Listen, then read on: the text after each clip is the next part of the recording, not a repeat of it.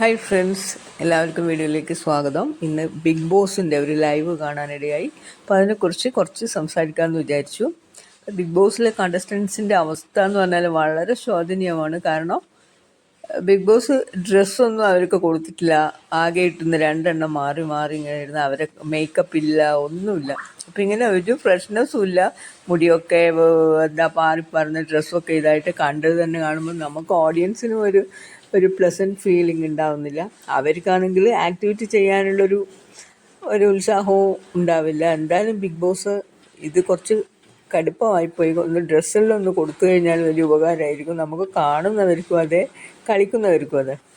അപ്പോൾ ഇന്ന് ലൈവിൽ അരണ്ട വെളിച്ചത്തിലാണ്. അപ്പോൾ കാണുന്നത് എന്താണെന്ന് വെച്ചാൽ, ഷാനവാസിൻ്റെ അടുത്ത് അനീഷ് പോയിട്ട്, എടാ നീ അല്ലേ ക്യാപ്റ്റൻ, ജയിലിലിരിക്കുന്നവരെ ഒന്ന് തുറന്നു വിടണ്ടേ, അവർക്ക് പ്രാഥമിക കൃത്യങ്ങളൊക്കെ ചെയ്യണ്ടേ എന്ന് പറയുന്നുണ്ട്. അപ്പോൾ ഷാനവാസ് നല്ല ഉറക്കത്തിലുമാണ്. അങ്ങനെ അനീഷ് ഷാനവാസിനെ തലയിണി എടുത്തെറിഞ്ഞു. ഷാനവാസ് ഇങ്ങോട്ട് എറിഞ്ഞു, അവരങ്ങോട്ട് എറിഞ്ഞു. അങ്ങനെ അങ്ങോട്ടും ഇങ്ങോട്ടും തലയിണ കൊണ്ട് എറിയലായിരുന്നു. പിന്നെ അനീഷ് ഷാനവാസിനെ മരക്കഴുതയെന്ന് വിളിച്ചു.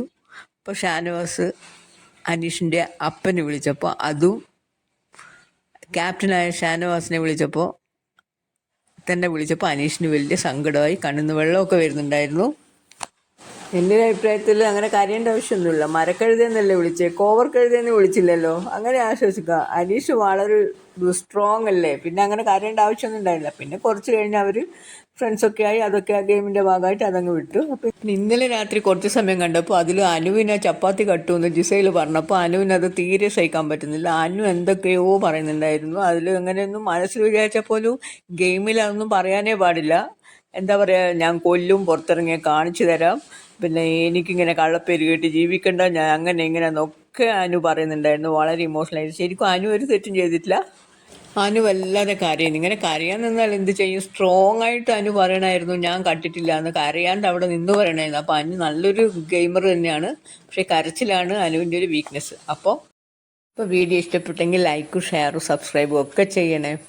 അടുത്ത വീഡിയോയിൽ വരുന്നവരെ ബൈ.